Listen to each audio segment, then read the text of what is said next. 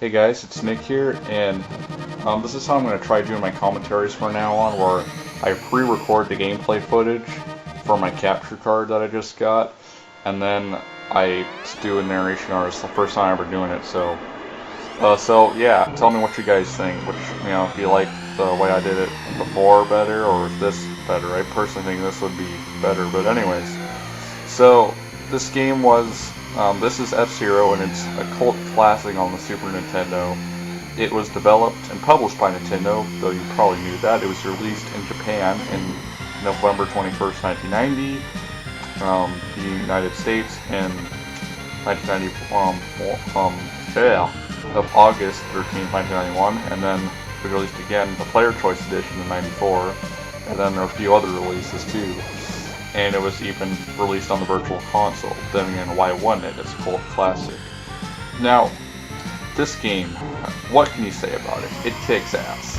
This just kicks your ass. It goes to your mom and shoves his foot up her ass, and does the same with your sister. Okay, no, I'm not going to do that shit in these commentaries, but anyways, F-Zero, it kicks ass. I mean, you can't go wrong with this game. And as you can probably tell, this game uses the FX2 chip, which if those of you people who aren't familiar with Nintendo consoles or whatever, that's a 3D chip that Nintendo developed for their Super Nintendo. There was also a sequel called F-Zero 2, but it was only released in Japan. It's pretty much the same exact game, just different tracks and levels. Now, here, in this first game, there wasn't really Captain Falcon or Samurai Goro, Pico, or Michael Chang, or Dr. Gordon, I think is his name. But it's got the same, hovercrafts, whatever the hell you want to call them. So, this is just your typical, racing game. Well, it's not your typical racing game. This game actually kicks ass. Why? Well, first of all, the fluent controls make it good. Yeah, they can be slippery, but it's just, it's the friction on the cars and stuff, so that's normal. The graphics are beautiful and they're colorful. And, of course, the music kicks fucking ass. Let's see. The music was composed by Naoto Ishida, Yukio Kaneoka, and Yumiko Kanki. I hope I said that right. Anyways, all these things together, combined, make the game kick ass. I mean, you can't go wrong with this game. You just can't. It's impossible, to say. Now, of course, the Mute City song, which is being played here, is one of the most memorable songs of the game, and it's used in Super Smash Bros. Melee and Super Smash Bros. Brawl. Also, the Big Blue theme is also the second most memorable song in the game. Maybe I'm missing something, but I don't think so. No, actually, the first F-Zero game I played was F-Zero X on the N64.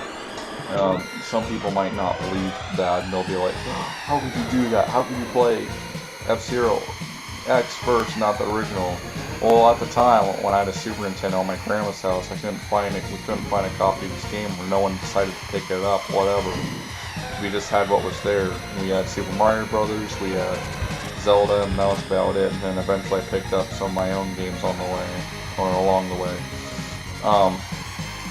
Now, as you can see, the farther you progress in the game, the more difficult the tracks get. There's 3 leagues. I believe it's the Knight Cup, then I think the Jack Cup, and then the Queen Cup. And then, they're pretty much named after cards. And I think there's even a Joker Cup for like the really expert stages.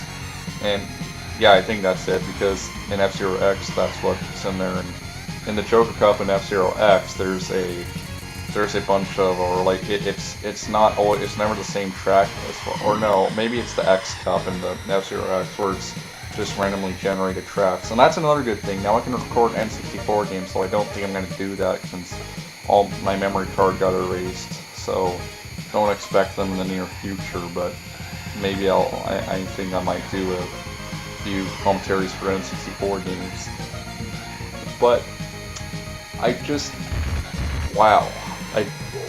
At the top of my head, I can't name any gripes I have with this game. I would give it 4 out of 5 because no game is really perfect, it's got flaws, but you know what? You gotta give a game a perfect rating. What I'm gonna do from now on, probably, is I'll give the game 5 out of 5, even if there are flaws, because no game can be perfect. No game. This game, well, there is one thing that I can think of only off the top of my head, is that the music can get annoying after a while. Not like very irritatingly annoying, but just a little bit. I mean, having to hear the same song throughout the whole game. You know, I know there's more than like one theme bit, but there's not a whole lot of in-game music either.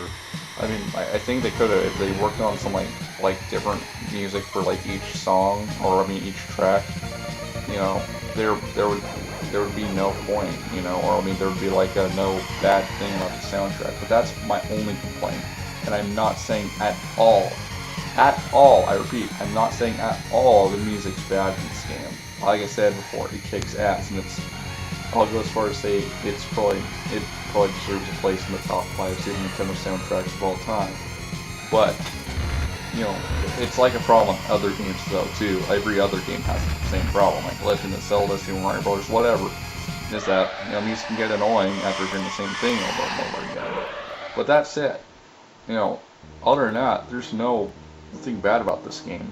So, anyways, thanks for watching. Go check the game out if you haven't, and I'll see you guys later. Peace out. Hope you guys enjoyed, and Happy New Year.